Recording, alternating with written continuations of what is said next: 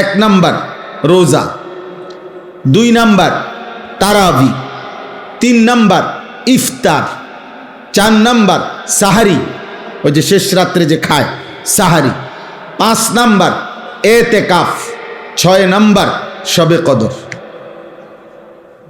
এ কয়টা হলো? 6টা। এই 6টা বিষয় নতুন অ্যাড হয় রমজান মাস। রোজা, তারাবি, ইফতার, সাহারি, এতেকাফ, শবে কদর। 6টা হয়েছে।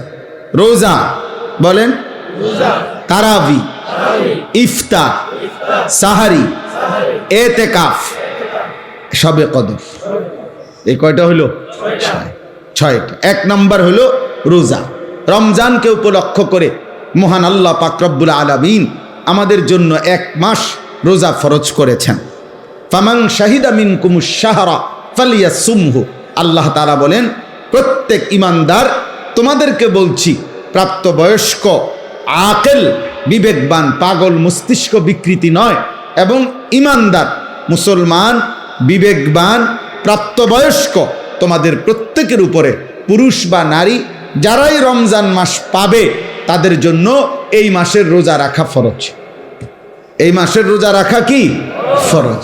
কেউ যদি প্রচণ্ড অসুস্থ হয়, কেউ যদি লম্বা পথের মুসাফির হয়, কেউ যদি অতিশয় বৃদ্ধ হয়, ইত্যাদি বিভিন্ন পরিস্থিতিতে আলাদা আলাদা হুকুম, মাসিক ঋতুস্রাব হয়, বাচ্চা জন্মগ্রহণ করে, এরপরে পেটে বাচ্চা আছে, গর্ভবতী নারী, অথবা বাচ্চাকে দুধ পান করা, ইত্যাদি ইত্যাদি আলাদা আলাদা যেদি যা আছে সেটা ওলামায়ে কেরাম থেকে জেনে নেওয়া দায়িত্ব, যে আমার এই সমস্ত প্রতিকূল ভিন্ন কোনো পরিস্থিতিতে রোজার হুকুম কি, তো সেটা উনি জেনে নেবেন। ওগুলোর জন্য আলাদা আলাদা কোরআন এবং সুন্নাহর মধ্যে ওলামায়ে কেরামের নিকটে বিস্তারিত মাসআলা বর্ণনা আছে।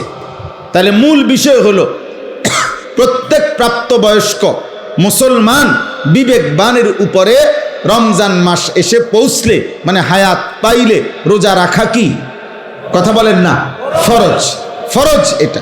আল্লাহ নবী সাল্লাল্লাহু আলাইহি ওয়াসাল্লাম বলেছেন, এই রোজা যে ব্যক্তি রমজান মাসে পুরা 1 মাস আল্লাহ তাআলার এই রোজার বিধান, আল্লাহর প্রতি ঈমান রেখে আল্লাহর নিকট নেকি অর্জনের আশায় রোজা রাখবে, নবী সাল্লাল্লাহু আলাইহি সাল্লাম ওয়াদা দিয়েছেন, আল্লাহ তাআলা তার পেছনের জিন্দেগীর সব গুনাহ মাফ করে দিবেন।